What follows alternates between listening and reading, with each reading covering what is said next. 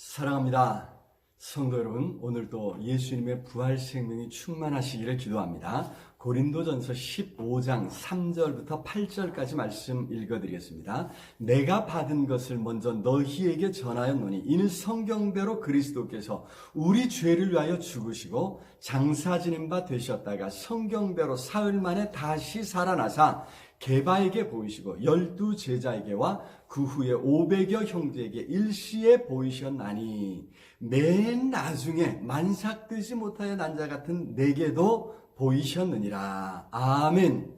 예수 그리스도께서 죽은 자들 가운데서 다시 살아나셨습니다. 그것을 기념하며 우리는 부활주의를 보냅니다. 아니, 예수께서 다시 살아나신 것을 기념하며 매 주일을 축제로 감사하며 예배하며 보내지 않습니까? 주님 앞에 모일 때마다 우리는 예수님의 부활 생명이 우리 속에 넘쳐나기를 기도하는 것입니다.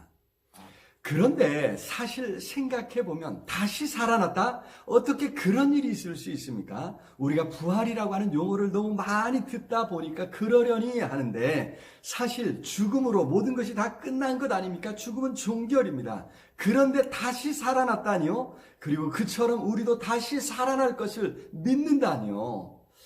이성적으로 생각해본다면 참으로 어처구니 없는 일이기에 우리는 이러한 부활의 교리에 대해서 생각해보고 또 생각해 보아야 합니다.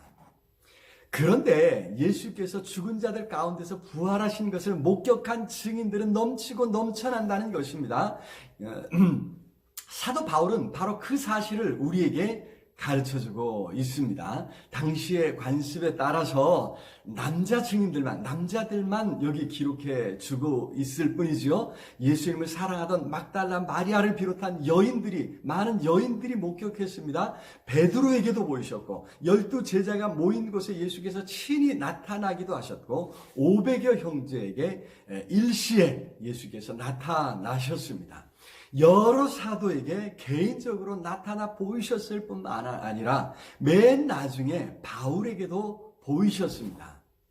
자, 어떤 일의 진위에 대해서 논란이 있다가도 증인이 나오면 이야기가 달라지지 않습니까? 예수님의 부활을 목격한 증인들이 있었기에 우리는 예수님의 부활을 이야기할 수 있습니다. 아니, 예수님의 부활을 목격했기에 두려워 떨던 사도들이 예수 그리스도의 증인으로 살아갈 수 있었습니다. 보지 않은 것을 거짓말로 몇 사람을 속일 수 있을지는 모릅니다.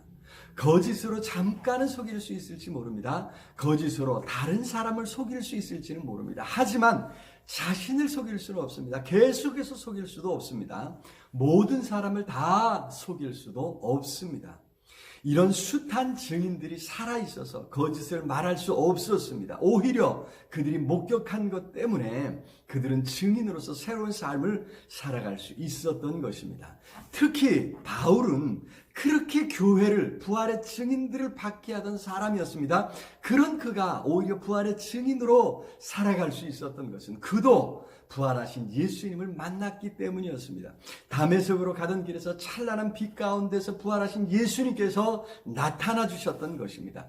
그 이후 바울의 삶은 완전히 달라졌습니다. 극성스럽게 박해했던 것만큼 극성스럽게 복음을 전하는 사도가 되었던 것입니다. 부활하신 예수님을 만날 때 우리도 달라집니다. 우리도 부활하신 예수님의 생명을 누리게 됩니다. 그 부활 생명이 우리로 부활의 증인으로 살아가게 하는 것이죠.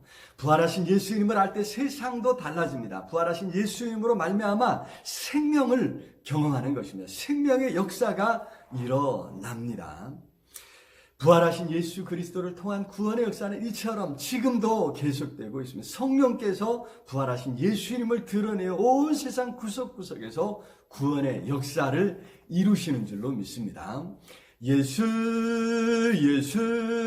늘 살아계셔서 주동행하여 주시며 늘 말씀하시네. 예수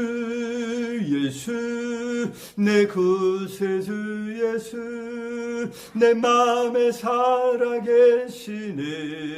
늘 살아계시네. 아멘. 오늘도 예수님의 부활 생명을 누릴 수 있기를 바랍니다. 사랑의 주님, 다시 살아나셔서 우리에게 생명 되어주신 것 참으로 감사합니다. 주님의 부활 생명으로 이 땅을 가득 채워주옵소서. 우리의 삶을 가득 채워 주시옵소서. 예수 그리스도 이름으로 기도드리옵나이다. 아멘. 아자, 오늘도 우리 주님 안에서 승리하시기를 기도합니다. 사랑합니다.